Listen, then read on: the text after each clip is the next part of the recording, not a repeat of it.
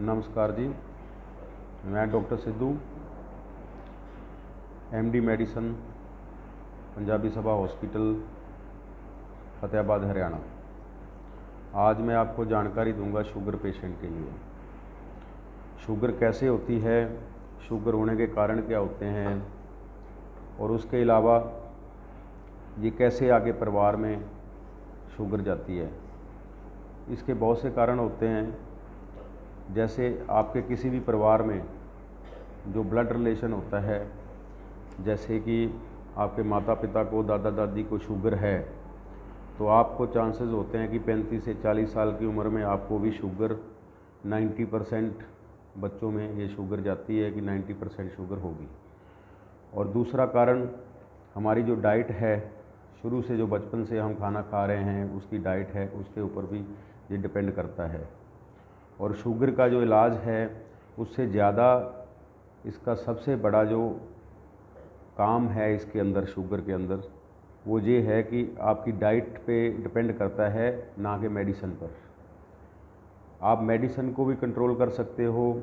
जो लोग इंसुलिन लेते हैं, इंसुलिन को भी आप कम कर सकते हो, छोड़ भी सकते हो इंसुलिन पे, टेबलेट पे भी। बहुत से ऐसे पेशेंट अब मेरे पास आए हैं जो इंसुलिन ले रहे थे 3-3 साल से, जो अब वापस टेबलेट ले रहे हैं। उनकी डाइट चेंज की, उनका खाना चेंज किया और उनको एक्सरसाइज वगैरह बताई, और उनका अभी जो भी है वो आप टेबलेट अभी ले रहे हैं वो, और अभी भी आ रहे हैं वो। अच्छा उनका रिस्पांस आ रहा है, बहुत अच्छी कंट्रोल शुगर है उनकी। और शुगर, इस एपिसोड में कुछ बातें मैं आपको बताऊंगा, क्योंकि ये पूरी शुगर का जो एपिसोड है, जो पूरी शुगर के बारे में आपको जानकारी देनी है, ये एक एपिसोड में नहीं आएगी। और 1 बाय 1 एपिसोड आप देखें। जो शुगर पेशेंट हैं, हिंदुस्तान में 6% लोगों को शुगर है, और उसका कारण यही है, उसमें जो 5% लोग हैं उनको शुगर है, जिनके परिवार में शुगर होती है। 35-40 साल की उम्र में जिसको शुगर है उसको अपनी शुगर चेक करानी चाहिए। जे उसके माता पिता को शुगर थी, दादा दादी को शुगर थी, जो ब्लड रिलेशन है। और इसके अलावा जो आपकी डाइट है उसको आपको चेंज करना है, आपके खाने को चेंज करना है। और आप में बहुत से भ्रम फैलाए जाते हैं। गाँव में ज़्यादातर लोग अनक्वालिफाइड होने की वजह से, जितने लोग आपको मिलते हैं, आपको कभी कहते हैं कि करेले का पानी ले आओ, आप ये कौड़ी चीज़ें खाओ, जो कसौली चीज़ें होती हैं वो खाओ। मगर इसका साइंटिफिक प्रूफ अभी तक नहीं है कि आप करेले का जूस लोगे या ऐसी कौड़ी चीज़ें खाओगे जिससे आपकी शुगर कंट्रोल होगी। शुगर होती क्या है? शुगर जो अपने बॉडी के अंदर इंसुलिन बनता है, एक जो हम खाना खाते हैं, भोजन लेते हैं, उससे एक इंसुलिन बनता है, जो अपना लीवर इंसुलिन ज़्यादा बनाना शुरू कर देता है, और उनकी जो पेनक्रियास है वो उसको कंट्रोल नहीं कर पाती। और वो जो शुगर का इंसुलिन होता है, जो वो शुगर होती है, मैं शुगर नाम दूंगा उसको, आपके समझने में आसानी होगी, वो हमारी जो नाड़ियों में ब्लड है उसमें ही घूमती रहती है, ना कि वो किसी अपने पूरे बॉडी में फैलती है, ना ही मस्कुलर में अंदर जाती है। इसलिए वो शुगर लेवल हाई हो जाता है। और शुगर के जो कारण हैं वो तो आपको मैंने बताए हैं, और उसके अलावा जो शुगर का नुकसान है वो बताने जा रहा हूँ। जो कई बहुत से लोग आते हैं कि हमारी शुगर तो इतनी रहती है जी, 150 से ऊपर रहती है, 170 रहती है, 180 रहती है। मगर इससे क्या होता है कि जो आपकी जो किडनी है, फॉर एग्जांपल जे उसने 10 साल निकालने हैं तो वो 5 साल में ही ख़राब हो जाएगी। लंग्स की बीमारियां हो जाएंगी, लीवर की बीमारी हो जाएगी, लंग्स में टीबी हो सकता है, फेफड़ों को डैमेज करेगी शुगर, और आपकी किडनी को डैमेज करेगी शुगर। ये लगातार आप दवाइयाँ ले रहे हैं शुगर की, उसका वो दवाई जो आज आप एक टेबलेट ले रहे हैं, कम से कम 1 साल 1.5 साल में वो काम करना बंद कर देती है। ऐसे ही शुगर की मेडिसिन जो है, जो टेबलेट्स है, वो स्टेप बाय स्टेप आती है, आगे से आगे डोज आती है। जे वो उसको प्रॉपर तरीके से लिया जाए तो वो कम से कम आपको 10 साल तक आप टेबलेट पे रह सकते हो, और इस अपनी डाइट को कंट्रोल करके 30 साल तक भी आप अच्छा टेबलेट पे अपना कंट्रोल कर सकते हो। जिनको शुरुआती शुगर होती है, जो बॉर्डर लाइन है, उनको दवाई की ज़रूरत नहीं है। वो अपने खाने को चेंज कर लें, मीठा बंद कर दें, तो आपकी शुगर आपको नहीं होगी। शुगर कंट्रोल रहेगी, आपके 5-10 साल निकल जाएंगे। और दूसरी बात, जो भी शुगर पेशेंट हैं उनके सबसे ज़्यादा काम करता है कि वो कितना वॉक करते हैं, कितना काम करते हैं, कितना हार्ड वर्क करते हैं, कितना चलते हैं, कितना जोर का काम करते हैं, उस पर भी डिपेंड करता है। जोर का काम करने चलने फिरने से 2-3 किलोमीटर आप डेली चलते हो, उससे क्या होता है कि आपका जो इंसुलिन है, जो आप खाना खा के चलते हो, खाना खा के शाम को आप वॉक करते हो, उसका ये होता है कि आपका जो इंसुलिन है वो जो आपकी टेबलेट का काम करेगा, वो अपना इंसुलिन जो है आपकी बॉडी में पूरा फैल जाएगा, जिसके लिए आपको टेबलेट की बहुत कम ज़रूरत पड़ेगी। और दूसरी बात ये है, जो आपका खान पान है उसमें सबसे ज़्यादा सुधार करने की ज़रूरत है। और बहुत से लोग ऐसे होते हैं जिनको शुगर काफ़ी हाई लेवल रहती है, जिसको लेवल 2 भी शुगर में आते हैं, कुछ लेवल 1 जो होता है वो तो बहुत हाई रिस्क शुगर होती है। जो आज बात कर रहा हूँ ये शुगर लेवल 2 की बात कर रहा हूँ।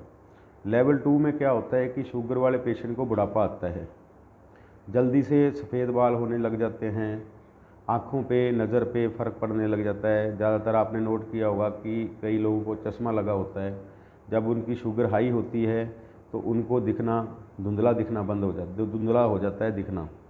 और दूसरी बात, जब भी वो टेबलेट लेते हैं, जब शुगर उनकी कंट्रोल होती है, वही चश्मा उनका सही हो जाता है। तो इसलिए शुगर जो है अपने आँखों पे भी, नज़र पे भी बहुत डैमेज करती है आँखों को, और इसका भी ध्यान रखिए अपना। और दूसरी बात एक और है जो आपसे मैं शेयर करना चाहता हूँ कि बहुत से लोग कहते हैं कि जी नमकीन बिस्किट ले लेते हैं, नमकीन खाएंगे, मीठा बंद कर देंगे। ज़्यादा नमकीन बिस्किट भी नहीं लेना चाहिए शुगर के अंदर कि आप नमकीन ज़्यादा खाएं। और एक आपको बहुत काम की बात बताने जा रहा हूँ जो आपको बहुत कम समझाई जाती है।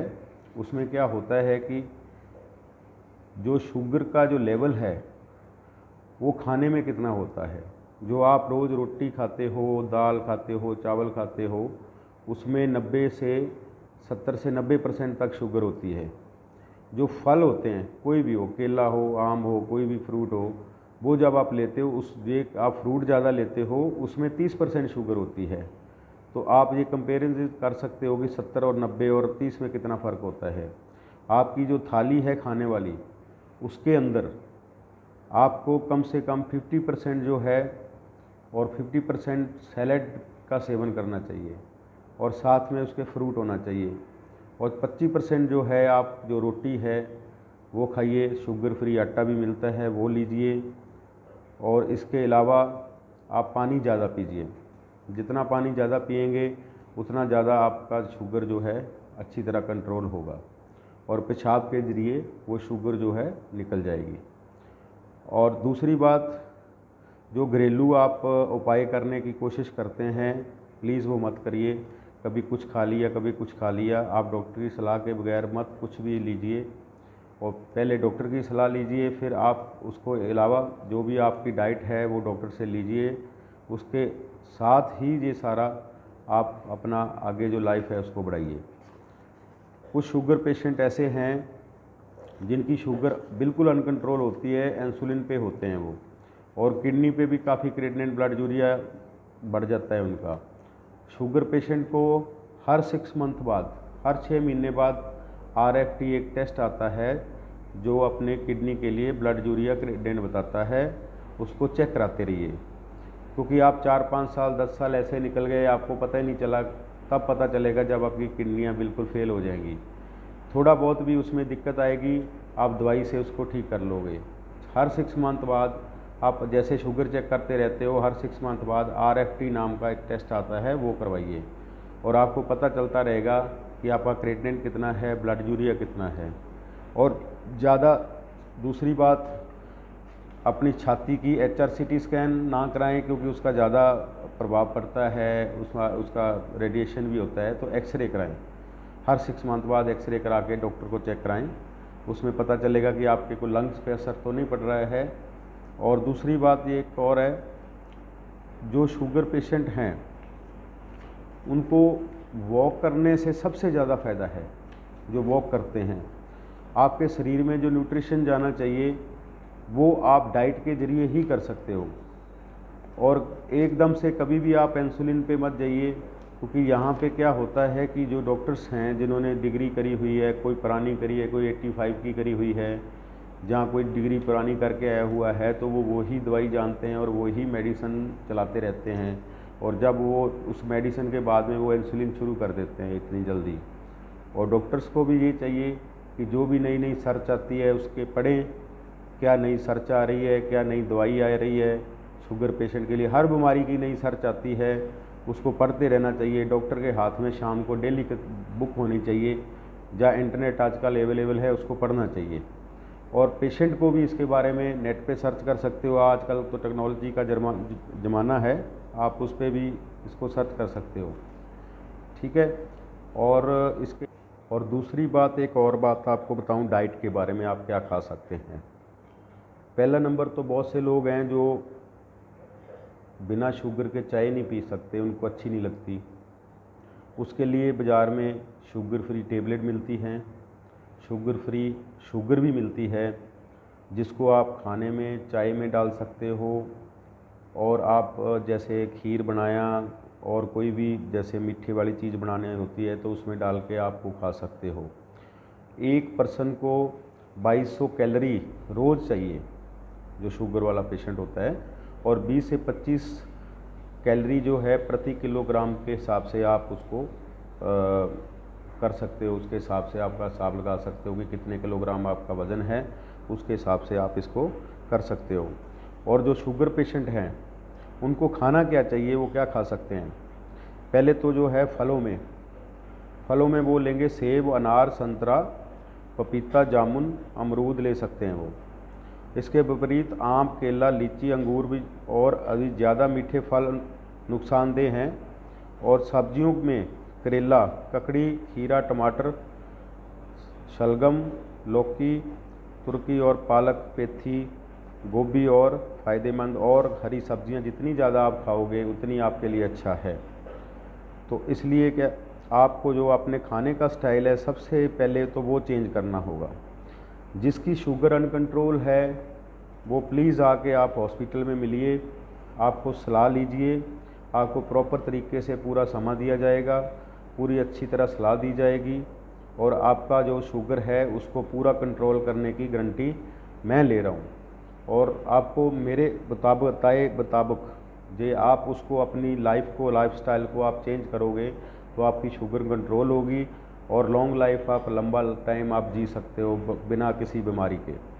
और अगर आप इस पे ध्यान नहीं दोगे, ज़्यादातर गांव वाले लोग हैं इस पे ध्यान नहीं देते हैं, तो अगले एपिसोड में, नेक्स्ट एपिसोड में शुगर के बारे में, अगला एपिसोड जो आएगा उसके बारे में और जानकारी दी जाएगी आपको, तो आप और जानकारी उसमें प्राप्त कर सकते हैं।